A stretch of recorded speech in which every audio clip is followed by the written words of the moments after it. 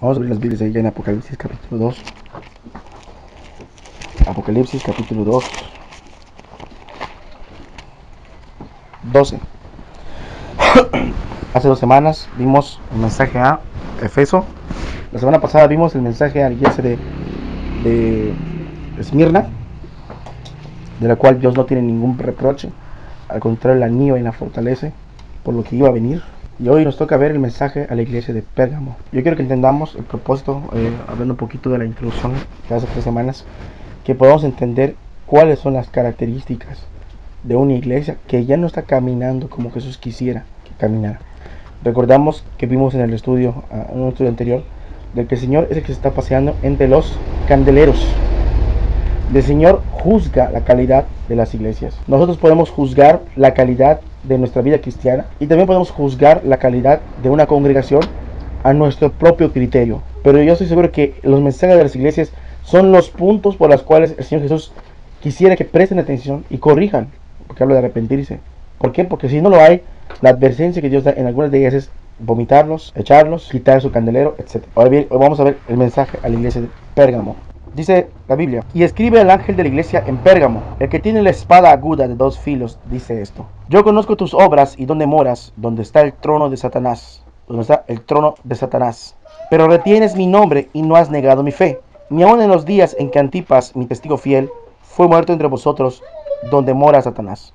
Pero tengo unas pocas cosas contra ti, que tienes ahí a los que retienen la doctrina de Balaam, y que enseñan a Balac a poner tropiezo ante los hijos de Israel, a comer de cosas sacrificadas a los ídolos y a cometer fornicación. Y también tienes a los que retienen la doctrina de los Nicolaitas, la que yo aborrezco, a diferencia de Efeso, que ellos rechazaban las obras de los Nicolaitas. Y dice, y también tienes a los que retienen la doctrina de los Nicolaitas, que yo aborrezco. Por tanto, arrepiéntete, pues si no, vendré a ti pronto y pelearé contra ellos con la espada de mi boca. ¿Cómo empieza el versículo? El que tiene la espada aguda de 2 filos, ¿no? Y vendré contra ellos con la espada de mi boca. El que tiene oído, oiga lo que el Espíritu dice a las iglesias. ¿Cuál es el mensaje del Espíritu Santo? El que venza, le daré de comer del maná escondido, y le daré una piedrecita blanca, y en la piedrecita escrito un nombre nuevo, el cual ninguno conoce, sino aquel que lo recibe. Yo creo que aquí hay muchas cosas, muchos símbolos. Aquí hay muchos símbolos. El libro de Apocalipsis es un libro que Dios dice: bienaventurado el que lee estas palabras. O sea, no es un libro que tú tienes que decir: no leo Apocalipsis porque no lo entiendo. No. Dios invita a las personas a leer Apocalipsis, al punto de que dice: bienaventurado el que lee estas palabras. Pero el libro de Apocalipsis está lleno de símbolos. De entrada dice: escribe al ángel de la iglesia de Pérgamo, el que tiene la espada aguda de 2 filos. El mensaje está dirigido a la iglesia de Pérgamo, a unos 70 kilómetros aproximadamente de Esmirna. Y de hecho están así como que alineadas, ¿no? Si uno agarra una regla y pone Efeso, pone Esmirna y pone Pérgamo, si uno pone una regla, casi están alineadas estas ciudades. La congregación de Pérgamo no hay registro bíblico de cómo la palabra en los Hechos de los Apóstoles, en los primeros años de la iglesia, no hay testimonio en el libro de los Hechos de cómo llegó el evangelio a su lugar. Sin embargo, el Apocalipsis, Juan, el Señor Jesucristo, le escribe a una iglesia en Pérgamo. Es como que hablemos de cómo fue naciendo la iglesia de Mérida, y estén escribiendo. Y con el paso de los años se abre una iglesia allá por Izamal y no hay escrito nada, ¿no? Pero a fin de cuentas es una iglesia del Señor, que también, si el Señor Jesús la reconoce como tal, es porque sí, seguramente el evangelio llegó verdaderamente a ese lugar y se convirtieron. No sabemos si tiene que ver con los viajes de Pablo o con las misiones de los 6 cercanos, como en este caso de Efeso, que es la primera que se menciona de las 7 iglesias. El caso es que Dios le escribe a una iglesia de Pérgamo. Curiosamente, el nombre Pérgamo, de ahí se deriva una palabra que nosotros conocemos muchos como pergaminos. ¿Por qué? Por una biblioteca muy famosa que había en esa ciudad. Una biblioteca muy famosa. Si no me equivoco, era una biblioteca de unos 200,000 libros, algo así. Libros, pergaminos. De ahí agarró el sobrenombre. Curiosamente, Pérgamo, esa palabra gamo, del griego matrimonio, hace una alusión a la condición política de esa ciudad. ¿A qué me refiero? La condición política de Pérgamo, ¿cuál era? Fuertemente enlazada con Roma, lo cual nos lleva a entender de que todas las costumbres romanas y toda la corrupción romana y toda la tiranía que Roma transmitía había en Pérgamo. También por toda la cultura griega, porque ahí está el gran teatro, y está también el templo de Zeus. Da a entender de que posiblemente Pérgamo era una ciudad muy arraigada a costumbres griegas, paganas y romanas. De hecho, César ahí erigió casi una estatua, así como Nabucodonosor hizo una estatua y le pidió a Sadrach, Mesach y Abednego que lo adoraran si no los metían en el horno. Pues muchos cristianos sufrían la muerte porque tenían que decir Caesar Curios, que significa César es Señor. Pero cuando pasaban al incienso y no ofrecían el incienso, decían Jesús Curios, Jesús es el Señor. Y les costaba la vida. Es muy importante hablar del grado de maldad y de corrupción y el grado de dominio que tenía el diablo ahí, que vamos a ver más adelante. Porque había hermanos ahí. Había hermanos que estaban sufriendo tal situación, tal negación, tal persecución. Aún no negaban la fe, lo vamos a ver más adelante. Y aún así hay dos cosas que reprochar. Qué tremendo, ¿no? A lo que voy es para que tengamos una idea de que a pesar de la persecución, de a pesar de la resistencia y de a pesar de todo, el Señor tiene dos cosas que reclamar, de lo cual Él está observando. Él está pasando, ya pasó al candelero de Efeso, vio algo que no le gustó, boom, se revela el Señor y habla, y corrige, y reprende, y exhorta, y arrepiéntete si no quitaré tu candelero. La palabra dice, escribe a la iglesia de Pérgamo, el que tiene la espada aguda de dos filos, dice esto. Es tremendo esto. Me gusta esta expresión. A mí me gusta esta expresión. No más imagínate, ¿no? El que tiene la espada aguda de dos filos dice esto. En las iglesias que hemos visto, en el caso de Efeso, ¿cuál fue la revelación de Cristo hacia esa iglesia? El que tiene las 7 estrellas en su diestra y anda en medio de los 7 candeleros. ¿Cuál fue la revelación para Esmirna, no? El primero y el postrero, el que estuvo muerto y vivió, y dice esto. Y cada uno tuvo su propósito. En el caso de Efeso, que Efeso supiera que Dios le estaba examinando, que Dios supiera que Dios estaba escudriñando a Efeso y había encontrado cosas que no le agradaban, le estaban dando entre los candeleros. En el caso de Esmirna, una iglesia que el mismo Jesús alabó, ¿cuál era? El que estuvo muerto pero vivió, o sea, dando una esperanza, ¿no? Van a haber muertos entre ustedes, pero vivirán eternamente conmigo. El postrero y el último, el eterno, el que tiene dominio de todas las cosas. Y ahorita se revela a Pérgamo diciendo, el que tiene la espada aguda de dos filos dice esto. Hoy vamos a ver varios pasajes. Bueno, no tantos pasajes, sí algunos, pero sí vamos a ver unas cuantas definiciones. Dice, el que tiene la espada aguda de dos filos dice esto. Vamos a buscar allá, Hebreos 4:12. El que tiene la espada. ¿Quién tiene la espada? El Señor Jesús. ¿Cuál es la revelación antes de andar y hablar de las iglesias? De un hombre, ¿no? Con ojos de llamas de fuego, ojos como de llamas de fuego, y una espada aguda de dos filos. ¿De dónde salía? De la boca. Hebreos 4:12. Dice, porque la palabra de Dios es viva y eficaz, más cortante que toda espada de dos filos, y penetra hasta partir el alma, el espíritu, las coyunturas, los tuétanos, y discierne los pensamientos y las intenciones del corazón. Ahora Dios se va a dirigir a la iglesia de Pérgamo y dice esto. El que tiene la espada aguda de dos filos en su mano dice esto. ¿A qué se refiere? No estamos relacionando, porque si yo agarro este pasaje y cuando lo analizo, tiene mucho que ver con la figura que Dios quiere de la Pérgamo. Entonces dice, la espada aguda, dice el texto, dice, es viva y es eficaz. Lo que Dios tiene que decir a sus iglesias son palabras de vida. Y si no le hacen caso, ¿qué pasa? Si no reciben las palabras de vida, ¿qué le pasó a Efeso? Vino la muerte espiritual. Y es eficaz. La palabra de Cristo es activa, no es una palabra muerta. Creo que muchos hemos escuchado en predicaciones en templos donde hay palabra muerta, ¿no? O predicadores muertos con palabra muerta. ¿A qué se refiere esto? Hombres y mujeres que escuchan a una persona que no va de parte de Dios, no está Dios con él, o esta persona está buscando a Dios, y ella agarra lo que se le ocurre y se lo da a la gente, y engaña a la gente, y pervierte las escrituras, o dice verdades bíblicas, sin la conducta que Dios espera de él y de los que están ahí escuchando, y es pura palabra muerta. Pero las palabras de Cristo no son así.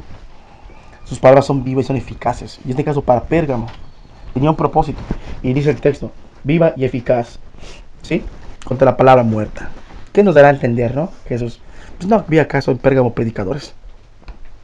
No había acaso en Pérgamo pastores. Qué curioso, ¿no? Lanza el Señor este mensaje y lo habla de un testigo fiel que fue muerto. ¿Será que cuando se murió se entibiaron en este asunto? Y sigue diciendo, posiblemente Pérgamo había contaminado la palabra. Y posiblemente había contaminado la aplicación de la misma palabra. ¿De qué forma? Dice, más cortante. Dice el texto. La palabra de Dios es más cortante. Yo estoy aquí, el que tiene la espada de dos filos va a hablar contigo. La palabra de Dios es más cortante. ¿Por qué Dios va a usar la espada con Pérgamo? Dice la Biblia. Más cortante del griego tomoteros. Habla de un golpe agudo preciso. Es un golpe de un solo tajo. No son golpes de espada o no son golpes como de machete. ¿Cuántos golpes hay que dar con un machete para cortar algo? Un montón. Pero la palabra utilizada, tomóteros, de un corte agudo, preciso. De hecho, en el diccionario Strong dice de un solo tajo. Un corte. ¡Guas! Dios va a usar esta palabra. Es viva, es eficaz. Esto sí corta. Esto sí penetra. Esto sí entra en tu interior y esto sí discierne qué estaba pasando en Pérgamo. ¿Qué estaban escuchando? ¿Qué predicaciones estaban escuchando los de Pérgamo? Y Dios estaba viendo algo ahí que no estaba cuadrando con su manera de cómo debe llevarse la palabra de Dios. La palabra hablaba verdad. Dice, hasta partir, dice el texto.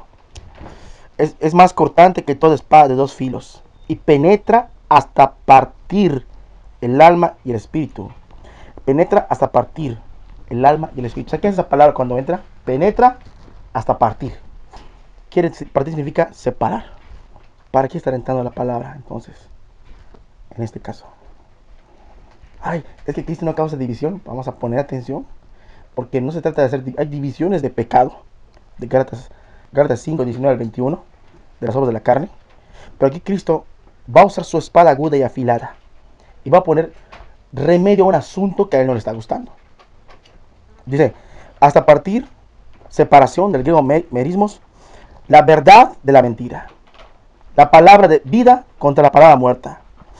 Dice, el alma y el espíritu, las coyunturas, el tuétano, hasta lo más arrinconado. ¿Por qué dice coyunturas? ¿Qué son las coyunturas? Pues es esta parte de aquí, ¿no? De los huesos. Es donde van unidos los huesos. Es donde van unidos los huesos. La palabra entra hasta partir las coyunturas. Separar. La figura es tremenda. La figura es como cuando alguien tiene diabetes y ya se le envenenó la pierna. Penetra hasta para, ¿qué? Partir coyunturas. Corta y separa. Los tuétanos, lo profundo de la iglesia, las profundidades de la iglesia, de las almas, de los corazones, de cada persona. Porque Dios, los mensajes que está dando, y precisamente que está dando a Pérgamo, es un problema colectivo de iglesia. A veces cometemos el gran error de decir, la salvación es personal, y nos vamos al extremo, ultra extremo, de decir, la salvación es personal, cuando realmente sí concierne de manera colectiva los efectos del pecado en la iglesia. No sé si me explico. ¿Por qué Israel perdió ante Jai? Porque el pecado de Acán, de uno solo, no permitió que vencieran, que había anatema en medio de ellos. ¿Por qué unos hombres israelitas pecaron con las moabitas y Dios destruyó a un montón por unos pecados de unos cuantos? ¿Por qué el pecado de este hombre que se rebeló con Moisés, Coré, hizo que muchos fueran tragados por la tierra? ¿Por qué?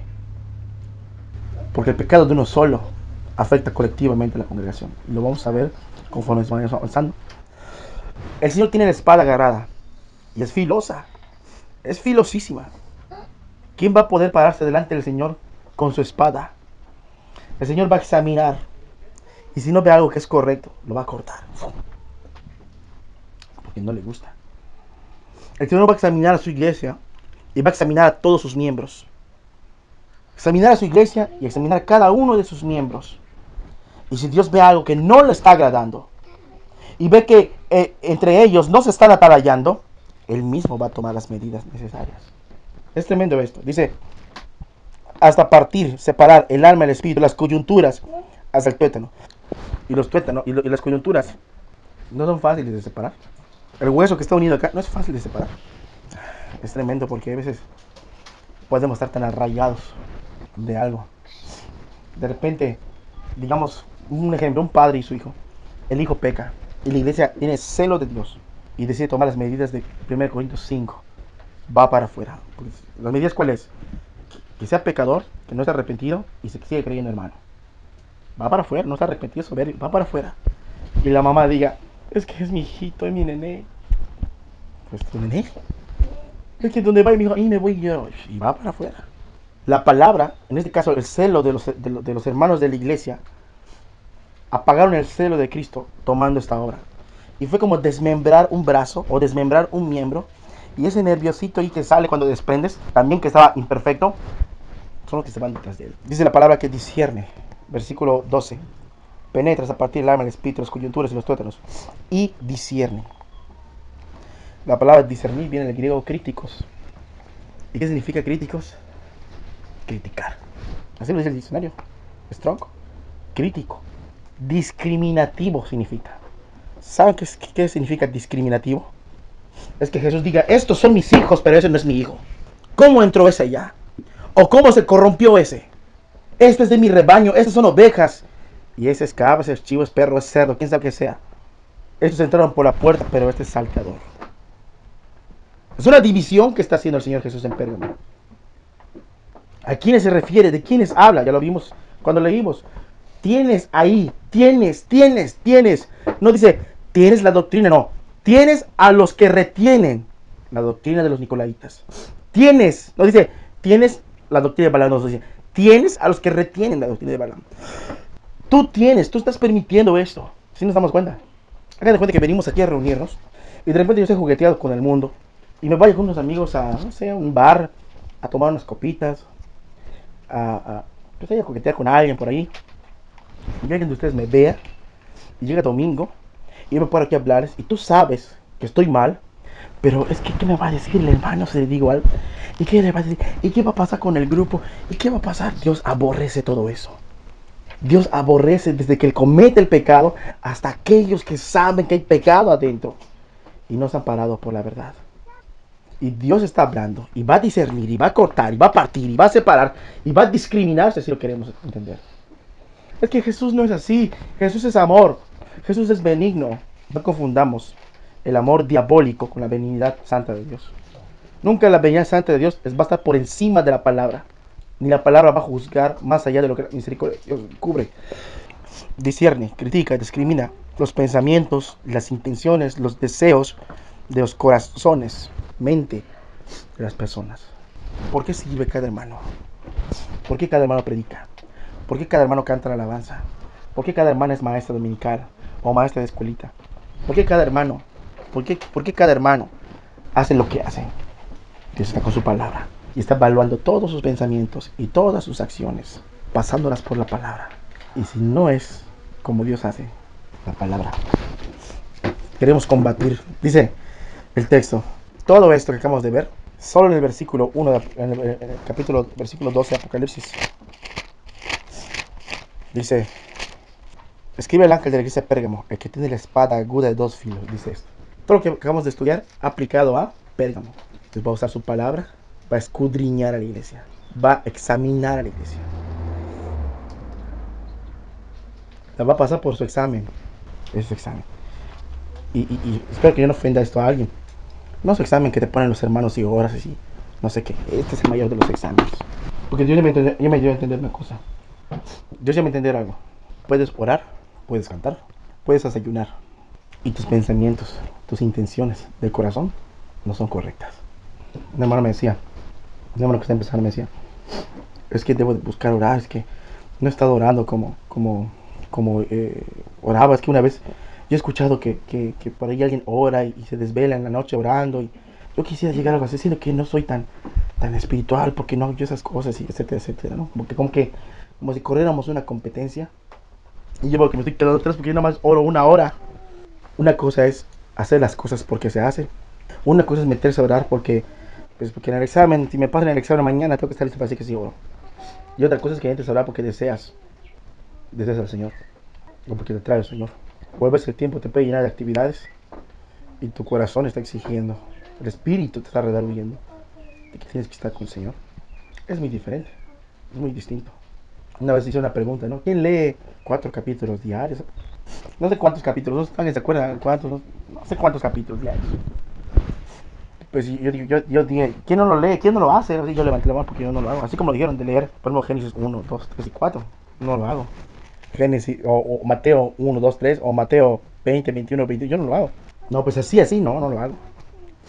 Pero a veces lees la palabra y te lees solo, no sé, todo el libro de los Efesios, y son 4 capítulos y ya te lo dices todo. O te lees un texto aquí, estudiando, te lleva a otro, y te lleva a otro, y tienes que leer contexto, te lees hasta más. Para buscar la voluntad de Dios. Pero Dios está con su palabra y está buscando. Porque ¿de qué sirve que yo esté estudiando la palabra, enseñando y predicándoles? y hay algo que está mal, la cual si el Señor Jesús estuviera aquí parado, ya nos hubiera llamado aparte, o ya hubiera ido aparte con alguien para corregir esos asuntos. Ya hubiera tomado acciones. ¿Para qué? Ya para depurar el asunto. Todo eso aplicado a la iglesia de Pérgamo da a entender lo profundo que es el conocimiento de Dios hacia su iglesia, sus intenciones, pensamientos, sentimientos, fuera del margen de la palabra, una actitud antidoctrinal, una conducta antidoctrinal, una conducta antidoctrinal. Dice el versículo 12, 13, yo conozco tus obras y dónde moras. Dice, donde está el trono de Satanás. Porque el significado de esa silla es silla donde se sienta un portentado. Alguien que gobierna. Alguien que domina. En pocas palabras, así como los gobernadores. Así como Felipe Calderón, ¿no? Bueno, el expresidente, ¿no? Felipe Calderón gobernaba sobre toda esta nación. Gobernaba sobre toda esta nación. Siempre papel, por favor. Sobre toda esta nación. Y la capital, ¿dónde estaba la capital? La capital. Y la capital es en un solo lugar. No vamos a comparar Yucatán con el Distrito Federal. No vamos a comparar Chiapas con el Distrito Federal ni Guadalajara. ¿Quién irá al Distrito Federal? Bueno, usted ya lo conoce. Yo prefiero esta cálida tierra de Yucatán, ¿no? Pero bueno, que sea lo que Dios quiera, ¿no? Pero yo les aseguro que la maldad de ella es mucho mayor. Y Pérgamo era la capital del diablo. Donde está el trono de Satanás. Es el Señor Jesús que lo está diciendo. No está siendo alegórico ni está siendo exagerado. Jesús está afirmando que ahí está la sede. Me recuerda las palabras del apóstol, ¿no? Del diablo, que ofende a Dios y todo lo que tenga que ver con Dios, que se quiere sentar o se sienta en el trono de Dios haciéndose pasar por Dios y que exige culto y tributo. ¿Cuál es su manera del diablo de exigir culto y tributo? A través de los hombres, para que los hombres se pierdan y se aparten de Dios. Lo hizo con Nabucodonosor. Adórame o mueres. Lo hizo con los egipcios, con los babilonios, con los egipcios. Lo hizo con los medo-persas, cuando el rey levantó su imagen y Daniel no oró la imagen y todos que no oraba estaba condenado. Pasó con los romanos y Pérgamo era uno de esos lugares. Dice, donde está el trono de Satanás. Pérgamo era un lugar dominado por el diablo, en corrupción de pecado, idolatría. Ahí es donde la gente iba a ofrecer sacrificio a César. Ahí es donde la vida de muchos cristianos se decidía. Pasamos al frente. Kaiser Curios, que ofrecía este incienso. Libraba su vida. Muchos dejaron la fe por salvar sus vidas. Pero cuando alguien pasaba y no podía negar al Señor, y esos curios no aventaban nada. ¿No sabes que te podemos matar a ti, podemos matar a tu familia? Y la historia dice que los cristianos con mayor valor decían, ¡Jesús curios! Jesús es el Señor, con la amenaza de matarlos en ese momento. Era un lugar dominado por el diablo, tanto en pecado, corrupción, inmoralidad sexual, perversión, robo, política, perversa, corrupción, persecución, muertes injustas. Ahí estaban los hermanos. El Señor conocía su condición. Dice, pero retienes mi nombre y no has negado mi fe, ni aun los días en que Antipas, mi testigo fiel, fue muerto. Dice, yo conozco tus obras y dónde moras, donde está el trono de Satanás, pero retienes mi nombre. Pero retienes mi nombre. Esa es la palabra retener. Se usan dos veces en esta iglesia. Crateo, que significa agarrar usando la fuerza. Había muchos hermanos verdaderos en Pérgamo. Cuando venía la prueba, se hacían de Cristo, se agarraban de Cristo, hasta que la muerte les llegaba. No soltaban la fe, aunque les iba a costar la vida y sufrimientos. No negaban la fe. Hermanos que estaban entregados a amar al Señor Jesús. Hermanos que estaban dándolo todo, ¿no? Y tenían un ejemplo, dice, ni aún en los días en que Antipas, mi testigo fiel, fue muerto entre vosotros, donde mora Satanás. Según algunos que comentan, dice que Antipas aparentemente fue arrestado en medio de los cristianos, fue arrebatado. Y algunos que estaba yo leyendo comentan de que, según unas leyendas, unos escritos, unas actas de los mártires que dicen que muchos de ellos son leyendas, hay un comentario acerca de este Antipas, que fue muerto en los días de Domiciano, uno de los emperadores más sanguinarios de Roma, que mató muchísimos cristianos. Y dice, Antipas lo metieron en un becerro de acero. Son unos becerros. Era un sacrificio que se hacía de los dioses, un sacrificio diabólico, donde era un becerro gigante, como una vaca. Imagínate una vaca que tenía una pequeña puerta y ahí metían a las personas. Y debajo de la panza encendía una fogata. Y solo tenía 2 orificios de becerro en la parte de la nariz. Y ahí salía el humo y las personas se cocían por dentro. En medio de dolores, en medio de mucho sufrimiento. Aparentemente este hermano así murió. Y el Señor Jesús dice, mi testigo fiel. Tú no has abandonado mi nombre, no has abandonado mi nombre, ni aunque mi testigo fiel haya pasado por estas cosas. Hay muchos hermanos del siervo Antipas que también estaban sufriendo el martirio. De hecho, mi testigo fiel, la palabra testigo viene de martureo o martur, donde viene la palabra mártir. Es la misma palabra, testigo y mártir, bíblicamente es el mismo significado. ¿Recuerdan cuando Jesús dice, el que me confesare delante de los hombres, yo le confesaré delante de mi Padre y delante de los ángeles en el día postero? Imagínate, ¿no? Muere el hermano, en medio de dolores, llega al cielo y pregunta al Padre si este es cristiano, si este es seguidor de Cristo. Y Cristo va a decir, Padre, él es lavado por mi sangre. Entra en el gozo de tu Señor. Pero de repente venía uno y se echaba para atrás y decía que César es Señor. Y libraba su vida, a lo mejor no, y llegaba de anciano y moría. Un accidente y se muere, llegaba delante ya. Lo negó delante de los hombres. Jesús lo básicamente conozco. Pero muchos hermanos de Pérgamo tenían esa actitud valiente de continuar. Pero no olviden que siempre hay 2 cosas, dice, que tiene que reclamar el Señor. Dice el texto. Dice, Antipas, mi testigo fiel, fue muerto entre ustedes.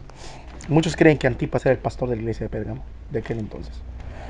Aunque Antipas fue víctima de la persecución, posiblemente tomado entre los cristianos y ejecutado públicamente. Mi testigo fiel, según refieren algunos, de que posiblemente sea el pastor de la iglesia. Ahí está el ejemplo, ¿no? Ahí está el ejemplo. El pastor y los demás tienen ejemplo. La valentía de los de Pérgamo era conocida. Y al parecer el martirio de Antipas fue significativo para esto. Ahora viene la parte interesante. Pero tengo unas pocas cosas contra ti. Pero tengo unas pocas cosas contra ti. Y déjense cuenta que dice pocas cosas. Y podemos decir, pues qué bueno, ¿no? O sea, no hay mucho que reclamar. Bueno, si tenemos 1 litro de agua en este pichel y yo le pongo 2 gotitas de ácido muriático, son suficientes para contaminar el agua, ¿no? Si yo pongo un plato de potaje bien rico y ahí encuentras 2 cucarachitas muertas, son suficientes para que no te las comas. Pero que se lo diga yo así en un ejemplo tan burdo como este. ¿Usted cree que Dios va a estar agradado con estas cosas? ¿A cuántas veces Dios nos reclamó en el Antiguo Testamento, no? No es perfecto en su camino. Y no fue perfecto delante de Dios. O sea, por una parte, los hermanos estaban puestos las pilas, amando al Señor, dando su vida por el Señor. Pero algo estaba pasando. ¿Qué estaba pasando con los que estaban allí? Con los que estaban allí reuniéndose en la reunión, en la congregación. Había muchos que estaban y había otros que no. ¿Y por qué? Dice, el hecho de que sean pocas cosas no significa que si son graves se tengan que pasar por alto. Si son graves, pueden ser fatales. Pueden ser fatales. Si esas 2 faltas son graves, pueden ser fatales. ¿Cuáles serán las faltas? Dice, la doctrina de los de Balaam. Dice, pero tengo unas pocas cosas contra ti. Que tienes ahí a los que retienen. O sea, no está diciendo, tienes la doctrina de Balaam. No. Entre ustedes hay miembros de la iglesia, miembros de la congregación. Hay gente que está creyendo otra cosa, un evangelio distorsionado. Un cristianismo distorsionado. Un cristianismo falso. Y la pregunta que yo les hago, porque no voy a entrar todavía a los Balaam y a los Nicolaitas, porque el reclamo es, tienes ahí a los que retienen. ¿Puede permanecer alguien en la congregación con una idea diferente a lo que es el evangelio puro de Cristo? A lo que es la conducta cristiana según el perfil del Señor nos ha dado. Es que, déjate, los hermanos son faltos de amor, pero ahí le llevan, hay que ser buenos, hay que entender muchas cosas. ¿Cómo que los hermanos son faltos de amor? Es que los hermanos no estudian la palabra. Es que si los hermanos no tienen celo de Dios, es porque no tienes que esperar que todos caminen como tú, corran como tú. Tienes que darles chance a los hermanos, que lo otro. Ten mucho cuidado. ¿Por qué? Porque si son de verdad hermanos, que han descuidado su salvación y su comunión con Cristo, debería de haber ahí gente que esté ministrándoles. ¿Para qué? Para que no sea así. No es natural que una iglesia tenga miembros de su congregación en debilidad. No es natural que su iglesia se levante de repente uno que tiempo atrás tenía cosas distintas en su cabeza y empieza a minar a los de congregación y luego se lleva a ser diezme en la congregación. ¿Es normal eso? No es normal eso. Primero que entrar, ¿cómo vino a entrar aquí? Es que pensé que era salvo. ¿Y por qué pensé que era salvo? Es porque le hice una lagrimita cuando dijo que Jesús es una lagrimita y lo vi sincero. Y sus frutos después, pues ahí más o menos la lleva, pero no era cristiano. No salvo, se molestaba de vez en cuando, hacía pejadeces, berrinches. Un cristiano que hace berrinches, hay muchos de esos en muchas partes. Muchas conductas lejos del perfil del cristiano. Muchas conductas lejos del perfil del cristiano. Recuerda que el Señor tiene la espada en la mano. Tiene la espada en la mano. Y cuando hablo de palabra afilada, palabra, esa es la buena, esa es la que va a escudriñar a ustedes. Se va directamente sobre las cosas que están mal. Doctrinas. Y no está hablando precisamente de cómo te paras, o cómo te sientas, o cómo abres tu Biblia, o cómo oras. Se refiere precisamente a lo que está hablando la palabra. Vamos a ver la primera. Dice, porque tienes a los que retienen la doctrina de Balaam, que enseñaba a Balac a poner tropiezo ante los hijos de Israel, a comer de cosas sacrificadas a los ídolos y a cometer fornicación. Esa es la primera obra. ¿Qué significa los que tienen las obras de Balaam? Por un lado, hay hermanos que están dando su vida por el Señor. Y por otro lado, había unos cuantos por ahí medio raros que tenían ideas medio extrañas en su cabeza y eran cristianos supuestamente. Y tienen unas cosas en su cabeza, unas doctrinas. Y dice la palabra que muchos tendrán comezón de oír, ¿no? A veces. Y buscarán doctrinas que conforme a qué? A sus concupiscencias. Si es una persona que no le gusta darse por las personas, si es una persona que no le gusta que le corrijan sus pecados, si es una persona que está buscando la aprobación de los hombres más que la aprobación de Dios, cuando venga la palabra y lo corrija, no le va a gustar y va a decir que te falta amor y que no es la voluntad de Dios, y se va a buscar, el hermano, una persona que esté engañada, que predique, le va a decir, vente conmigo, ellos están mal, nosotros estamos bien, vente, Dios es amor, Dios es... pues te vas a ir con él. Porque conforme a tus propias concupiscencias vas a buscar a tu pastor enviado del diablo. El diablo te va a poner un catálogo de predicadores, si no buscamos a Dios seriamente, o te regresas a la religión, o te regresas a la católica, o te vuelves un religioso hipócrita, o te vuelves a un apóstata, o lo que sea, pero no te vuelves a la verdad. ¿Por qué? Porque la doctrina de los de Balaam estaban corrompiendo a los hijos de Dios. Vamos a ver quién es este Balaam. ¿Quién de aquí no sabe quién es Balaam? ¿Balaam? ¿Alguien conoce a Balaam? Nadie. ¿Tú? ¿No te acuerdas? A ver, los niños, ¿se acuerdan que un hombre que quería maldecir a Israel, ese hombre se llamaba Balac, mandó a llamar a un profeta que se llama Balaam, y después de tantas insistencias empezó a venir y el burro le habló y le dijo, ¿qué estás haciendo, no? ¿Por qué me golpeas? Y se le apareció un ángel de Dios porque estaba yendo para maldecir a pueblo y no debía haberlo hecho. ¿Se acuerdan? Bueno, ese hombre llegó con el rey, ya estando con el rey, que le había prometido mucho oro sin maldecir a Israel, para que cuando vaya a pelear le gane. Llegaron allá y cuando iba a maldecir, Balaam no maldecía. Balaam bendecía al pueblo de Dios, porque Dios le dijo, no lo vayas a maldecir, cuidadito, porque es un pueblo bendito. Estaban caminando bien con el Señor. Y otra vez Balac hacía una rabieta. Balac se molestaba. Si yo te pedí que lo maldijeras, no que me lo bendijeras.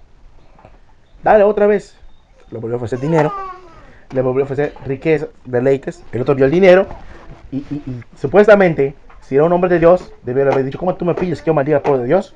Pero no, Señor, ¿quieres tú que maldiga a Israel? Porque él estaba esperando el dinero. Y dice, no.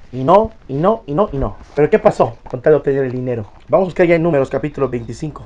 Números capítulo 25. Desde el versículo 1 dice, moraba Israel en Sittim, y el pueblo empezó a fornicar con las hijas de Moab, las cuales invitaban al pueblo a los sacrificios de sus dioses.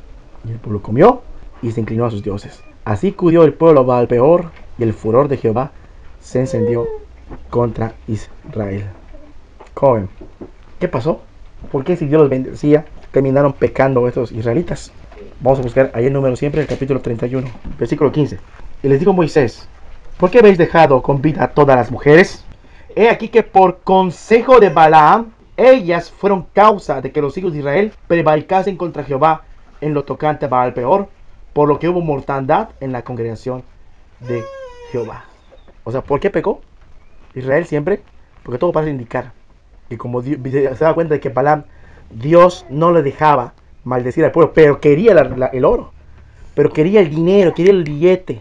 Pues Salomón se fue con Balaam, le dijo, ¿sabes qué? Balaam, hay una manera. Es más, ni yo los voy a maldecir, Dios mismo los va a maldecir. Hay una forma. Y me das el billete. Pues órale, ¿cuál es? Arregla a tus hijitas, arregla a tus muchachas y mándaselas. Vas a ver si Dios no los castiga. Y así lo hizo. Ahí está el texto. ¿Por consejo de quién? Del mismo profeta. Del que supuestamente iba de parte de Dios. Él mismo hizo que se pierda el pueblo. Escuchen. Dice, la doctrina de Balaam, o los que retienen la doctrina de Balaam, ¿quiénes son? ¿Ah? Son los que tienen un deseo y un deleite por el premio, la codicia, el lucro y la maldad. Recuerden que estaba en una ciudad importante como Pérgamo. Ahí estaba una capital, muy ciudad importante, la capital del diablo, muy importante para Roma, muy importante para los griegos, mucho tráfico de mercancías, y mucha mundanalidad, y mucha carnalidad, y muchas cosas impías.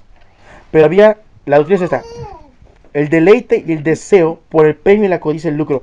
Quieren sacar provecho del mundo y, entre comillas, no desobedecer a Dios.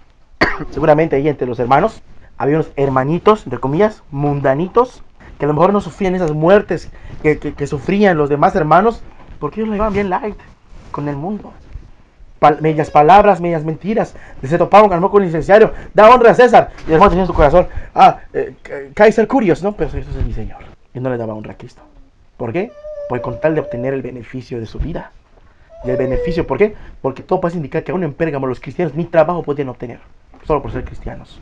Solo por, aparentemente, muchos privilegios que tenía cualquier ciudadano normal de Pérgamo, no los tenían los hermanos, porque eran aborrecidos por la sociedad. Y muchos hicieron amistad con el mundo, y hacían que los demás cayeran en el mismo juego. Y Santiago dice, oh almas adúlteras, ¿no sabes que la amistad con el mundo es enemistad contra Dios?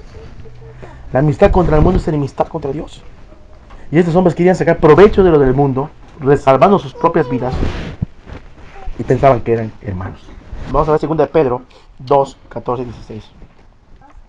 2 de Pedro 2. 2 de Pedro 2, 14. Tienen los ojos llenos de adulterio, no se sacian de pecar, seducen a las almas inconstantes, tienen el corazón habituado a la codicia y son hijos de maldición, y han dejado el camino recto y se han extraviado siguiendo el camino de Balaam, hijo de Beor, el cual amó el premio de la maldad. Niega a Jesús, César es el Señor, el premio de la maldad. Aborrecer a su Señor, hacerse amiguito del mundo. Ay, es que si yo confieso al Señor delante de mis compañeros de trabajo, pues se van a burlar de mí y a lo mejor hasta me delatan con las autoridades y me matan. Aman el premio de la maldad.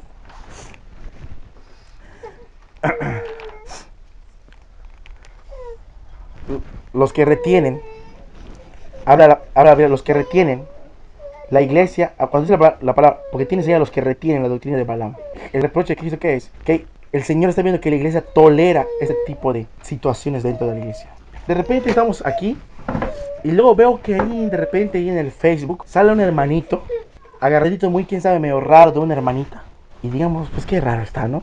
Bueno, es que son jóvenes, son muchachitos. O de repente la muchachita viene aquí con la ropa muy pegada, pobrecita, a lo mejor no tiene suficiente tela, o a lo mejor pensará que con comprarse ropa más ajustada es más barato, y pues se pone ropa pegadita, y podemos decir, ay, es que es una jovencita, esa no es de su juventud, denle chance. Tengo unas cosas contra ti, diría el Señor. ¿Por qué toleras esas cosas? Y tienes ahí a los que toleran, o sea, ya los identificaste quiénes son. Ahora resulta que hasta los pastores aman más a la grey que el Señor. Porque no les dicen nada, entre comillas, porque eso no es amor, sino realmente es hablar y decir y corregir las cosas que el mismo Señor no le agradaría, las cosas que el mismo Espíritu Santo le contristaría. Ir y corregir. Porque mis hijos son desobedientes, porque mis hijos son voluntariosos, hacen lo que ellos quieren hacer. No, hermano, hay que ser benignos. Además, ¿qué tal si el hermano se molesta si le dices algo? ¿Qué tal si la hermana se siente mal? No, con mucho cuidado, con mucho tacto, ese hermano. No vaya a ser que la tropecemos. Hace poco tuve una situación con un alumno y tuve que tomar una medida muy drástica, muy drástica.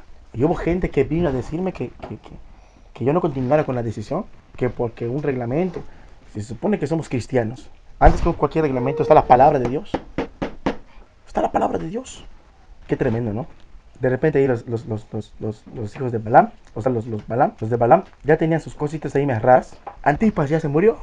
El hermano que a lo mejor atendía sus asuntos ya no está con nosotros. Y los que estaban, no lo resolvían. Como diría Pablo, ¿no? De todos los problemas que ven en Corintio. ¿Acaso no hay entre ustedes quien juzgue estas cosas? Pediríamos los de, pero pues ya no hay. Se fue el hermano y ya no hay nadie. Y los que estamos somos unos ineptos para juzgar estas cosas. Y la Biblia dice que el Señor está reclamando este asunto. El reproche del Señor, Dios aborrece las obras de Balaam porque hacen perderse al pueblo. Pero el reproche es, tienes ahí a los que retienen. ¿Por qué los tienes ahí adentro? A veces yo platicaba con un joven que no caminaba bien con el Señor. Y esta persona, que ahorita creo que no sé qué pensará de mí, le comento cómo es que este muchacho y esta muchacha te ayudan en la obra de Dios. Que sí, que me van a decir que está mal, me vas a decir que el Espíritu Santo no está conmigo. Poco faltó para que yo le diga el Espíritu Santo no está contigo. Pero lo que sí le comenté es, yo me guío por los resultados. ¿Dónde están ellos? Están bien perdidos en el mundo. No pueden negar la verdad del Espíritu Santo. Que cuando el Espíritu Santo no está en un lugar, no hay fruto. Ahí sientan las divisiones de Gálatas 5, 19, 21. Y yo me acuerdo que inclusive Dios posiblemente ha levantado su espada y ha juzgado algunas cosas entre la iglesia. ¿Por qué? Voy a venir pronto y voy a pelear por este asunto. Y tenemos que entender una cosa. La doctrina de Balaam hace que se pierda. Pero ¿por qué la iglesia tolera doctrinas que están afectando a la iglesia? ¿Me explico? No estoy hablando que si de repente viene el adventista, oye, es que tienes que reunirte en sábado. Y de repente, ay, pues me voy a reunir en sábado. No estamos para hablar ya de esas cosas. Si algo que distorsiona el cristianismo, algo que distorsiona la misericordia, el amor, la justicia de Dios, la falta de celo por Dios y todo lo que pudiera meterse en la iglesia que sea contra la voluntad de Dios y el Espíritu Santo. Eso es lo que Cristo está reclamando. Tienes ahí están, ahí siguen y no has hecho nada. Los nicolaitas hacen que mi pueblo fornique. ¿Qué es fornicación? Toda clase de idolatría es fornicación. Y la amistad con el mundo también es fornicación espiritual. ¿Sí? ¿Qué es lo que pasó con Constantino y con la iglesia? Cayó en una profunda fornicación. ¿Qué pasó con Constantino? ¿Saben la historia de Constantino de Roma? ¿Sabes? Constantino fue un hombre. Todos los emperadores romanos mataban a los cristianos. De repente se paró un emperador romano. Y según cuenta el cuento de la católica, no le puedo llamar historia, que vio una cruz en el cielo y que le dijo, Dios, yo voy a pelear contigo y que no sé qué. Curiosamente Dios le dijo palabras así como le dije a Gedeón o a David, pero nunca se arrepintió, no había dejado sus ídolos, ni se bautizó, ni nada. Nunca se arrepintió de verdad, nunca hubo conciencia, seguía con sus conductas paganas. Pero según la leyenda, según la fábula católica, que este hombre, pues el Señor es mi Dios, y de repente paró la matanza de cristianos y dijo, ahora todos somos cristianos, ¿no? Ahora la religión oficial va a ser el cristianismo, ya nada de deseos, pero lo que hizo fue mezclar. ¿Y la iglesia? ¿Qué pasó con la iglesia? En vez de esconderse a cuevas y en vez de usar ropas viejas porque no podían comprar ropa, no les dejaban comprar ni vender, con trabajo salían a la luz, ahora se convirtieron en túnicas sacerdotales, las cuevas se convirtieron en bonitos edificios y la iglesia fornicó. Ahí salió esa porquería de la doctrina católica. No me estoy refiriendo a las personas, sino a la enseñanza. Por este asunto existe la separación iglesia católica romana, iglesia griega ortodoxa. Dos abominaciones tremendas. ¿Y qué? Pues ya habían algunos por ahí con el mundo, ¿no? Dice, la doctrina de Balaam. Tienes ahí a los que retienen, dice el texto, la doctrina de los nicolaitas, que ya habíamos visto, la doctrina de los nicolaitas. Apocalipsis 2. Dice, y también tienes, versículo 15, a los que retienen las doctrinas de los nicolaitas, la que yo aborrezco. O sea, unos actos de sus nicolaitas que yo aborrecí. Habíamos dicho que la palabra nicolaitas venía de un significado de gobernar a las gentes o gobernar a las masas, ¿se acuerdan? Entonces, los que retienen la doctrina de los nicolaitas, la iglesia toleraba este asunto de esta gente, un gobierno así medio raro, ¿no? Nico, conquistar, laos, gente, la conquista de la gente. Posiblemente hablado del mismo pecado, de que había un gobierno, los habían dejado gobernar más por César que por Cristo. César que por Cristo. La iglesia debe tener por gobernador solo aquel que tiene la espada aguda. Si de repente vengo y yo les digo, hermanos, de ahora en adelante vamos a recibir una unción especial. ¿Y cuál va a ser esa unción especial? De repente puede ser que yo esté hablando con ustedes y me dé un ataque de risa, estén preparados, recibanlo de parte del Señor y me empiezo a revolcar en el piso, pero no se espanten, eso es el Espíritu. Y como no hay una preparación personal con Cristo, y como a lo mejor no podía haber un corazón ligado a Cristo, y cuando se tiene el hermano, pues es el Espíritu, ¿no? Y también yo me voy a reír, como lo hace la gente, sí, no, así lo hacen las masas. Pero aquí estamos en un lugar donde buscamos la voluntad de Dios. Y si ustedes ven que yo hago eso, pues que me dejen solo aquí revolcándome, o que me saquen de aquí. Pero ustedes no deben dejar de gobernarse por otro, más que solo aquel que tiene la espada, es Cristo. Aquí la tiene. Este es su más seguro, este es su seguro de vida espiritual, la palabra de Dios.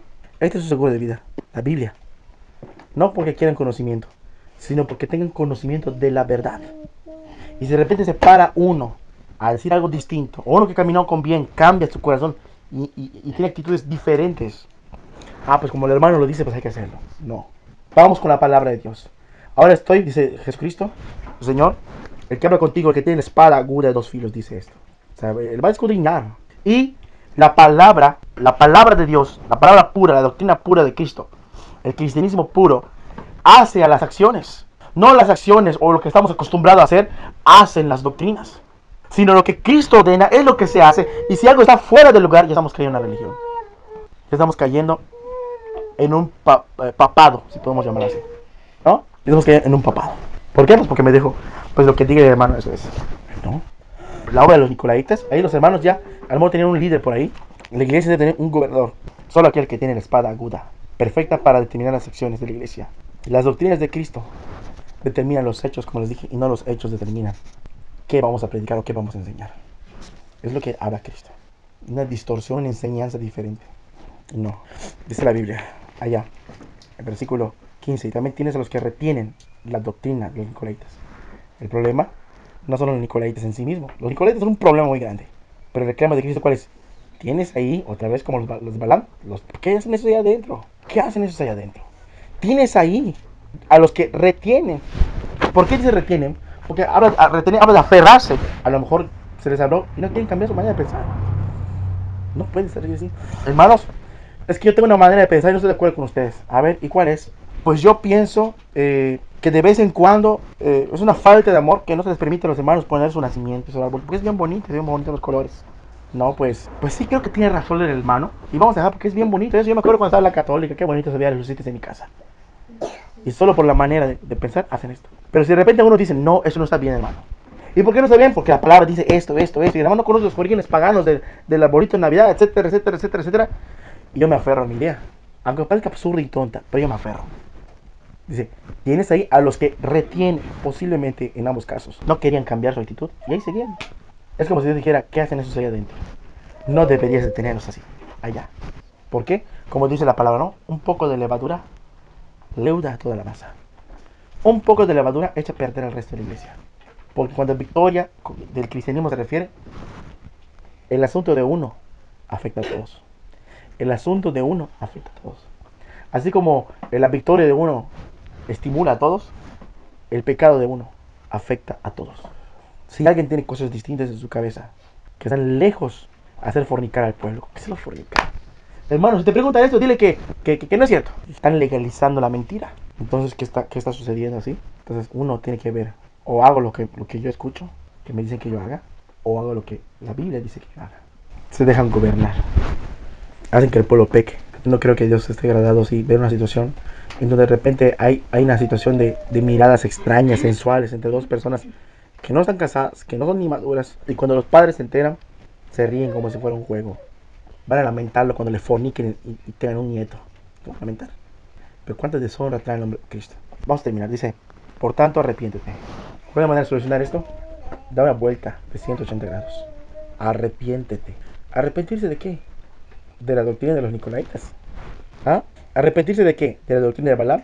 No, porque Dios está dirigiendo a los que no están. ¿Arrepentirse de qué? De tenerlos ahí. De tomar una solución ya.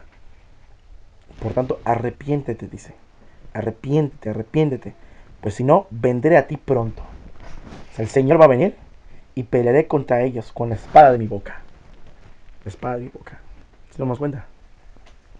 O sea, el Señor ve a la iglesia de Pérgamo, que está entregando su vida por Cristo. Pero descuidaron una parte. Ahí hay unos hermanitos mejor raros, con ideas raras, amiguitos del mundo. Pero bueno, allá ellos, ¿no? Nosotros vamos a entregarnos, vamos a matarnos por el nombre de Cristo, vamos a dar nuestras vidas, ¿no? Pero yo voy a venir y voy a solucionar este asunto, dice el Señor Jesús. Siempre debiera haber alguien que juzgue las cosas en la congregación, en el Espíritu. Siempre. Que juzgue de parte de Dios. Imagínense, ¿no? Está Moisés, siervo de Dios. Está Aarón, siervo de Dios. Está Finés, hijo de Aarón, siervo de Dios. Preparándose ahí, a lo mejor viendo el ejemplo de su tío, ¿no? De su papá.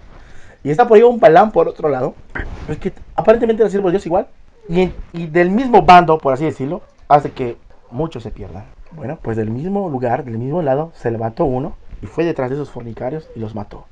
Y se acabó la mortandad.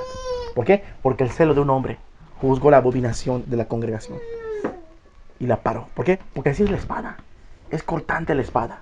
La espada es cortante. Es para solucionar los problemas. La Biblia, leímos al principio, es útil para enseñar. O sea, que no lo sabía, pues ya lo sabes. Es útil para redarguir, para quebrantar, para instruir. Dios se va a encargar de que su palabra siempre, y el Espíritu Santo siempre, siempre sean los que estén escudriñando las iglesias. Dice, el que tiene oído, oiga lo que el Espíritu dice a las iglesias. El que venciere, daré a comer del maná escondido. ¿Dónde estaba el maná escondido? En los tiempos de Moisés. El maná, ¿de dónde cayó? Del cielo. ¿Pero qué hicieron con una porción? Con un gomer, ¿no? Un gomer, ¿no? ¿Qué hicieron con un gomer de maná? ¿Dónde lo metieron? En el arca del pacto. El maná escondido. No era cualquier cosa. No era cualquier cosa. Dice, el que venciere, le daré de comer del maná escondido. Y ese maná, ese pan del cielo, ¿quién es? Es la misma persona de Jesucristo. El que venciere, el que no se contamine con las obras, las doctrinas. El que venciere en la persecución contra la muerte, yo le voy a dar un pan. Es hablando del mismo. Del maná escondido. Así como el Señor está en el cielo, no le vemos con nuestros ojos de carne. El Señor va a ser para nosotros y nosotros para el Señor. En el día final. En el día final. El que venciere, le daré como maná escondido y le daré una piedrecita blanca. Y en la piedrecita escrito un nombre nuevo, el cual ninguno conoce, sino aquel que lo recibe. Esa piedrita blanca para mí es un misterio. Uno de los comentaristas dice que servía para llevar a cabo ciertos juicios. Y se elegían una piedra oscura y una piedra blanca. Otros dicen que se hacían unas piedritas donde se escribía de un lado un nombre para un evento, una fiesta, una boda, y del otro lado el nombre del invitado. Y supuestamente cuando llegaban se partían y entraban. Entonces cuando iban a verificar si los invitados eran los invitados, no había ahí ninguno que no era invitado, se corroboraban las dos partes. Sí, casaban. Y aparentemente no, dicen los comentaristas, que en un lado el nombre de la anfitrión es Jesucristo. Y en el otro lado, un nuevo nombre, no nuestro nombre, un nuevo nombre. Y es muy preciosa esta parte porque dice, es como cuando Dios le cambió su nombre a Israel, ¿no? Jacob. De su plantador le puso Israel, el que lucha con Dios. Un nombre de honor. Un nombre de alabanza de parte del mismo Dios. Abraham, padre excelso. Abraham, padre de multitudes. ¿Sí? Y así, ¿cuántas veces Dios, el Señor, cambió los nombres a las personas para darles un significado más eterno? Es como cuando se da un nombre, un título a alguien que ha cometido una grande proeza. Atravesar este mundo, ¿no? Y llegar hasta el final. O sea, ¿qué nombre nos pondrá Dios al final de sus días? Como las leyendas que se ponen en esas tumbas de los cristianos, de las catacumbas. Aquel que luchó y venció, ¿no? El que entregó su vida por Cristo y triunfó. Qué títulos tan tremendos, ¿no? El vencedor, la amada. Y así tantas cosas que eran para gloria de parte de Dios hacia las personas por haber vencido. En estas épocas. Pero ¿qué nombre vamos a recibir el día final si no vencemos? Como diría Pedro, ¿no? A los predicadores que ven la situación y no hablan. Aquí ya es un perro mudo. Qué tremendo. Una nube sin agua. El tibio. El amargado. El apóstata. El promotor del pecado. El hijo de Balaam. Tremendo. Yo creo que Dios quiere tratar con su iglesia. Porque quiere ayudarnos a llegar hasta el final. Vamos a orar para terminar. Señor Jesús, gracias por la oportunidad que nos das de estar aquí, Señor. Ayúdanos, Dios, a llegar hasta el final, Señor. Haznos valientes, Dios. Haznos valientes, Señor. Examínanos, Dios, con tu palabra, Señor. No queremos que no haya nada imperfecto, Dios, entre nosotros. Aún entre nosotros mismos, Dios. Porque antes que cualquier otra cosa, Dios, está de por medio tu honor, está de por medio tu gloria, Señor. Ayúdanos, Padre, a caminar en perfección para ti, Señor. Danos valor, Padre, y gallardía para hablar, Dios. Si alguno de nosotros o algún hermano, Dios, retiene una doctrina de Balaam, Dios, toleran el pecado, Señor. Quieren jugar con el mundo y contigo, Dios. Quieren el premio a la maldad, Dios. Quieren usar su astucia carnal, Dios, para, según no desobedecerte y promover el pecado en el pueblo. No hay reprensión, no hay actitud de celo que diga, ¿cómo voy a hacer perder al pueblo de mi Dios? Hay tibieza de corazón, Señor. Te doctrina los nicolaitas, Padre. Yo estoy seguro que tú no quieres que nadie nos gobierne, sino más que tú y solo tú, Señor. Ayúdanos, Padre, a no tener ideas y doctrinas raras, Dios, de lo que es el cristianismo puro que nos has enseñado. Tú y tus apóstoles, Dios. Guarda nuestras vidas hasta el final, Señor. Guarda tu iglesia, Señor. Despiértanos, Padre. En el nombre de Jesús. Por amor a tu nombre. Por el sacrificio en la cruz y el precio de los pecados. Y el precio de la iglesia, que es tu preciosa sangre, Dios. Por tu honor, Dios, y no por nada más, Señor. Ayuda a tu iglesia, Señor. Ayuda a las iglesias en todo el mundo, Señor. Amén, Señor.